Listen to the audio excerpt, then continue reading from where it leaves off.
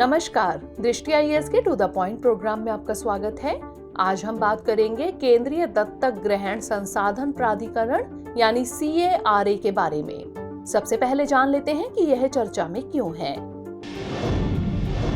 हाल ही में supreme court ने भारत में बच्चों को गोद लेने की प्रणाली में देरी के कारण चिंता जताई है। साथ ही कोर्ट ने केंद्रीय दत्तक ग्रहण संसाधन प्राधिकरण से कहा कि हर 2 महीने में गोद लेने के लिए बच्चों की पहचान करने की पहल की जानी चाहिए। अब बात कर लेते हैं CARA यानी केंद्रीय दत्तक ग्रहण संसाधन प्राधिकरण के बारे में। यह एक वैधानिक निकाय है जिसकी स्थापना किशोर न्याय बच्चों की देखभाल और संरक्षण अधिनियम 2015 के तहत की गई थी। इसे 1990 में लॉन्च किया गया था। इसका उद्देश्य विदेश में रहने वाले भारतीय और अनिवासी भारतीय दोनों व्यक्तियों के लिए बच्चों के सर्वोत्तम हितों को प्राथमिकता देते हुए बच्चों को गोद लेने की प्रक्रियाओं की निगरानी करना है।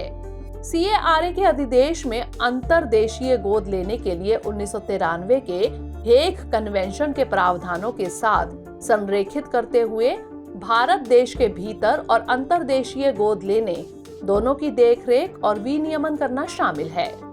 बता दें कि महिला एवं बाल विकास मंत्रालय CARA के लिए नोडल एजेंसी के रूप में कार्य करता है। 2003 में CARA बच्चों की सुरक्षा और सहयोग पर हेग कन्वेंशन का हस्ताक्षरकर्ता बन गया। नजर डाल लेते हैं CARA के कार्यों पर।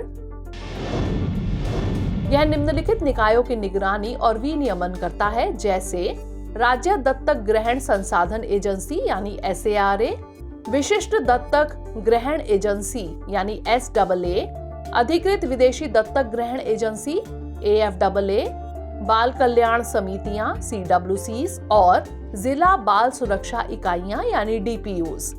यह देश और अंतर्देश दोनों में गोद लेने की प्रक्रियाओं की निगरानी और विनियमन करता है।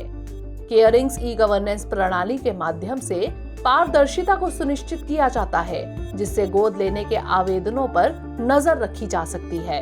यह बाल देखभाल संस्थानों को अनापत्ति प्रमाण पत्र जारी करता है, जिससे गोद लेना सीधे संभव हो जाता है। गोद लेने की दक्षता और जवाबदेही बढ़ाने के लिए यह सरकार को विधायी परिवर्तन करने की सलाह देता है। अब बात कर लेते हैं भारत में दत्तक ग्रहण कानून की। भारत में दत्तक ग्रहण 2 कानूनों द्वारा शासित होता है। हिंदू दत्तक ग्रहण और भरण पोषण अधिनियम 1956 हिंदू, जैन, सिख और बौद्धों के लिए, और किशोर न्याय बच्चों की देखभाल और संरक्षण अधिनियम 2015। अंत में बात करेंगे CARA और किशोर न्याय अधिनियम के बारे में। किशोर न्याय यानी JJ अधिनियम 2015 का उद्देश्य गोद लेने की प्रणाली में सुधार करना और अंतर्देशीय गोद लेने के रैकेट और कदाचार पर अंकुश लगाना है। 2015 के दिशा निर्देशों ने एक ई-गवर्नेंस प्रणाली केयरिंग्स की शुरुआत की, जो भावी माता पिता को गोद लेने के आवेदनों को ट्रैक करने में सक्षम बनाती है। यह बच्चों के शीघ्र संस्थागतकरण को बढ़ावा देने के लिए घरेलू और अंतर्देशीय गोद लेने के लिए विशिष्ट समय सीमा भी स्थापित करता है। बता दें कि 2018 में CARA ने लिव इन रिलेशनशिप में रहने वाले व्यक्तियों को भारत से और उसके भीतर बच्चे गोद लेने की अनुमति दी। 2022 में भारत ने JJ अधिनियम में संशोधन किया, जिससे स्थानीय जिला मजिस्ट्रेटों DM को गोद लेने के आदेश जारी करने और मामले का त्वरित निपटान सुनिश्चित करने के साथ जिम्मेदारियों को विकेंद्रीकृत करने का अधिकार दिया गया। अब नोट कर लेते हैं आज का अभ्यास प्रश्न। CARA के संबंध में निम्नलिखित कथनों पर विचार कीजिए। 1. यह एक वैधानिक निकाय है। 2. इसकी स्थापना किशोर न्याय बच्चों की देखभाल और संरक्षण अधिनियम 2015 के तहत की गई थी।